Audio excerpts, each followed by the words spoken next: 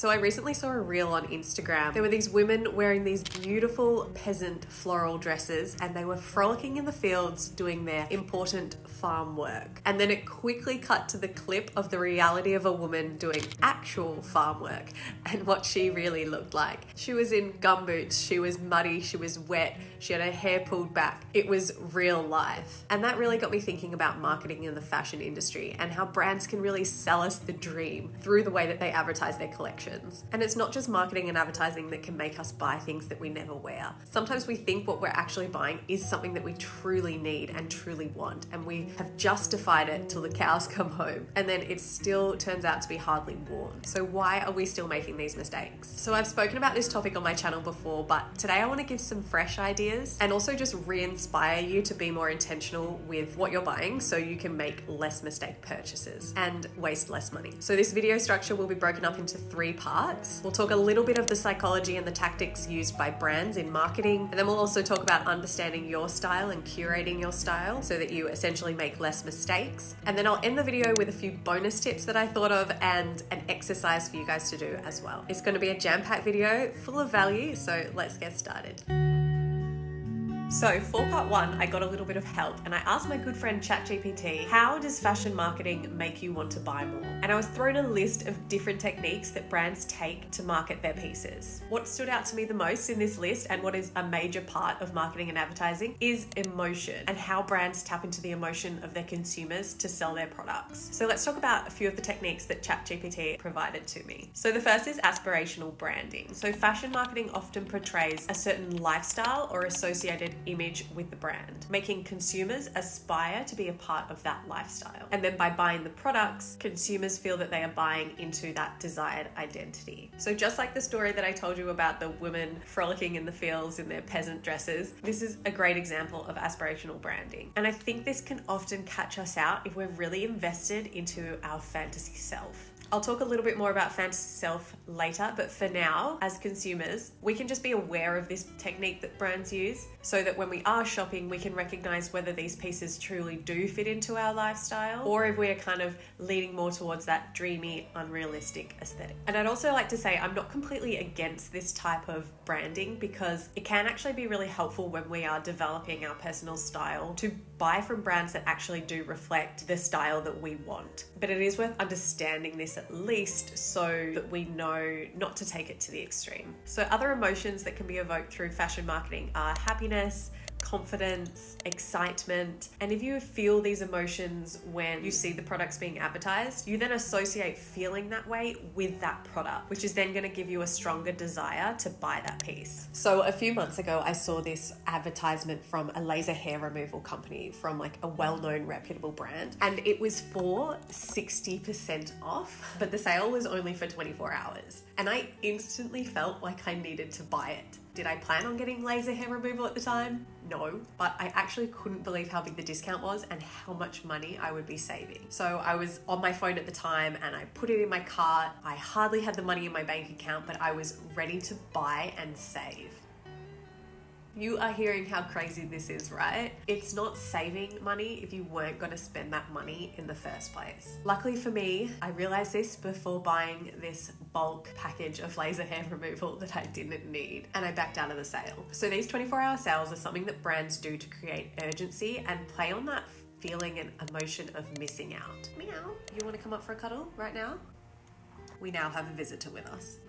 Okay, where were we? FOMO. So we have all heard of FOMO by now, the fear of missing out. So brands do things like limited edition items or exclusive collections or even flash sales to encourage us to make purchases before we miss out. Now, once again, I'm not completely against these types of sales. I think it's awesome if we can save money buying an item that we have been thinking about and planning into our wardrobe and that works with our style, but that's the difference, right? It needs to be an item that we've actually thought about and planned, or something that really fits into our life if we're going to buy it on sale.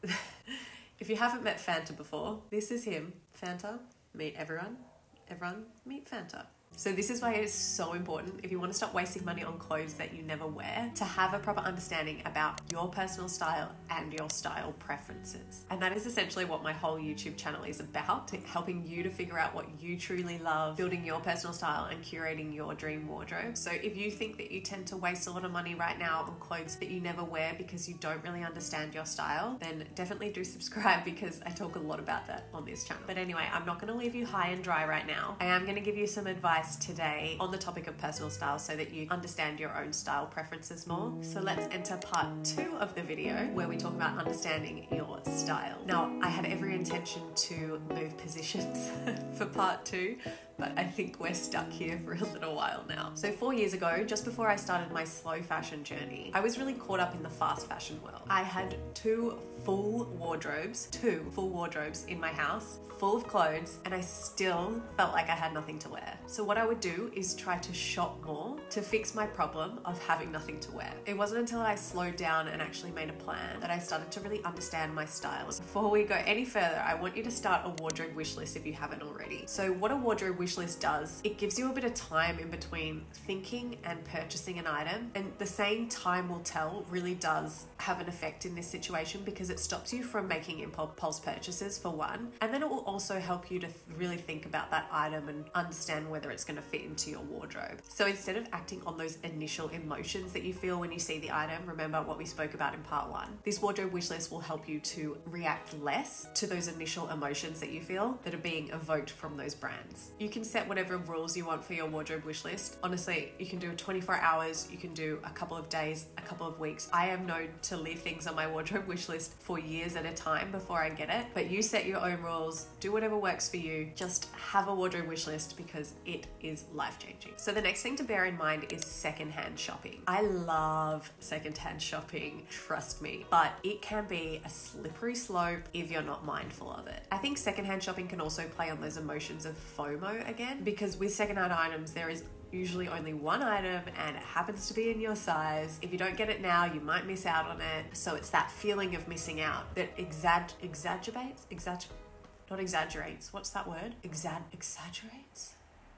Exacerbates. Why is it not coming out of my mouth today? Anyway, it's your job to notice when you do get yourself into an unhealthy relationship with secondhand shopping, and just give yourself a little break for a while. Now, in terms of figuring out your style preferences, we're going to quickly talk about 4 areas to focus on before I give you my bonus tips and exercise at the end. So those 4 areas are lifestyle, balance, color, and defining your personal style character. So you want to understand your lifestyle and do a lifestyle assessment. So you want to consider your daily activities, your job, the weather, your passions, and however you want to do this, you can break it up into like approximate percentages of how you spend your time doing all of these different things, and what kind of weather you need to plan for, and how much time you're at your job compared to how much time you're doing leisure activities, what kind of things you need for your passion activities. Understanding your lifestyle is so important. I think it's like probably the most important thing to make less mistake purchases and to avoid buying into that fantasy self. Your fantasy self can often be someone or a lifestyle that you don't have, that you maybe aspire to have, but isn't really within what's realistically going to happen for your life. There's a difference between aspiring to be at a certain level in your life at a certain place than, say, for instance, me aspiring to be living in Europe as a French girl, walking through cobblestone streets drinking my cappuccinos. That just is so different to the reality of my life with a toddler in Australia. So my fantasy self of that effortless French girl, I have to make sure that I'm not buying so much into that. And I'm not fully against fantasy self, because I do think a little bit of fantasy self is quite helpful to understand like what you really like and inject that into your personal style a little bit. But being able to recognize what's realistic for you and what's not realistic for you is really important if you want to keep those little bits of your fantasy self in your style. So honestly, someone's got the leaf blower out now. It's fucking annoying. Fanta has gone to sleep on my lap too. My legs are going numb. Okay, I'm just gonna keep going regardless of the leaf blower. I'm very sorry. So when doing your lifestyle assessment, a really good question to ask yourself is, are there any activities that I'm currently doing that I really struggle to dress for? And another question is, are there any activities that I have too many clothes for? This question will help you to maybe not double up on buying the same thing over and over again. Cream sweaters, I'm looking at you. Honestly, cream knits are like my kryptonite. I swear I can't get the perfect one, but I just keep buying cream knits. And I've had to remind myself now, stop buying cream knits. Okay, so next is balance. Creating balanced outfits is a great way to feel confident with your style. Oh, yes, stop. So one way that you can create balance is by thinking about the silhouettes of clothing that you wear. So understanding what shapes of clothing you prefer to wear is a huge part of curating a wardrobe that you love and will really help you to make less mistakes as well. I've said this before, but I will touch on it again. My hips are quite narrow in comparison to my shoulders, so I often really love shapes that emphasize my hips a little bit more to create that balanced look. And that's just something that I keep in mind, in the back of my mind, when I'm shopping and when I'm putting outfits together. So the next thing to think about is color. What helped me the most when trying to understand my color preferences was making a physical color palette for myself. So I actually stumbled across my color palette through like years of trial and error. I spoke about that in my personal style journey video. Once I realized that I kind of had my own color palette, I then played around with it in Canva and I like tweaked it and I played around with different colors to see what colors I might want to bring into it and introduce. Having this like physical color palette now that I know exists and I can refer back to has given me so much guidance going forward when shopping for new items. I talk more about my color palette in this video that I will link above called Simple Habits to Dress Better Than You Do Now. But what I would suggest for now, if you are thinking about creating your own color palette, is first by trying to define your two main colors. So these are two colors in your wardrobe that you already know that you love and wear a lot of, and then kind of building out from there.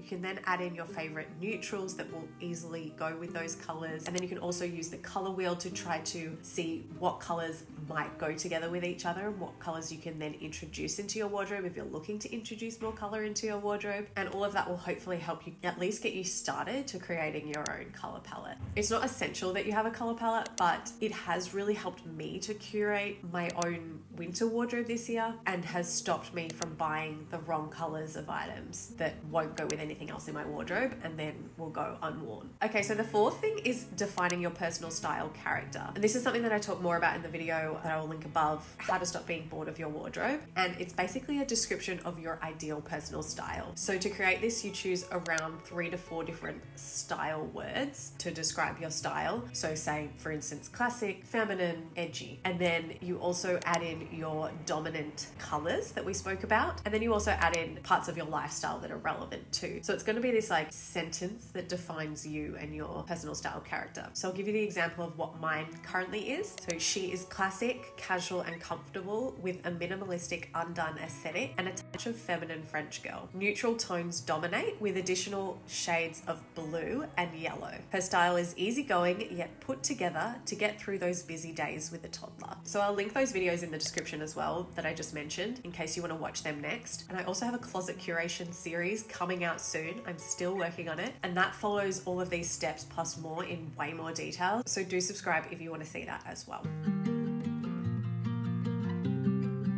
Okay, so let's finish with some extra bonus tips that are going to help you waste less money on clothes that you never wear. And then I'm also going to leave you with that exercise too. So another really important thing to think about is understanding your own personal bad shopping habits. So some things to ask yourself is, what social media platforms encourage you to shop rather than inspire? And what influencers encourage you to shop rather than inspire? So for me personally, I find that Pinterest is a massive inspiration, but I've noticed that if I use Pinterest too much and I just jump on there to scroll unconsciously, that is when I get into this feeling of lack, like I'm missing out on items, like my wardrobe doesn't have enough, and that makes me want to buy more things. So I just have to be really mindful of why I'm going onto Pinterest. I usually try to go on there for something specific rather than just to scroll unconsciously. So that's just an example from me. You've got to figure out what your personal bad shopping habits are if you want to try to figure out where you're making all for your mistakes as well. Other common reasons that we might shop unconsciously are retail therapy and boredom. So if you recognize these things in yourself, try to make a plan for when they arise. So for me, I've noticed that I love opening the Depop app when I'm bored or procrastinating. It just like almost happens without me even realizing it. So I've made like a deal with myself that I'm going to be way more conscious about this, and I'm doing so much better with it over the past few months. So when I notice it happening, I try to do anything to snap myself out of it. If I can, I will jump up, I will do star jumps, push-ups, squats,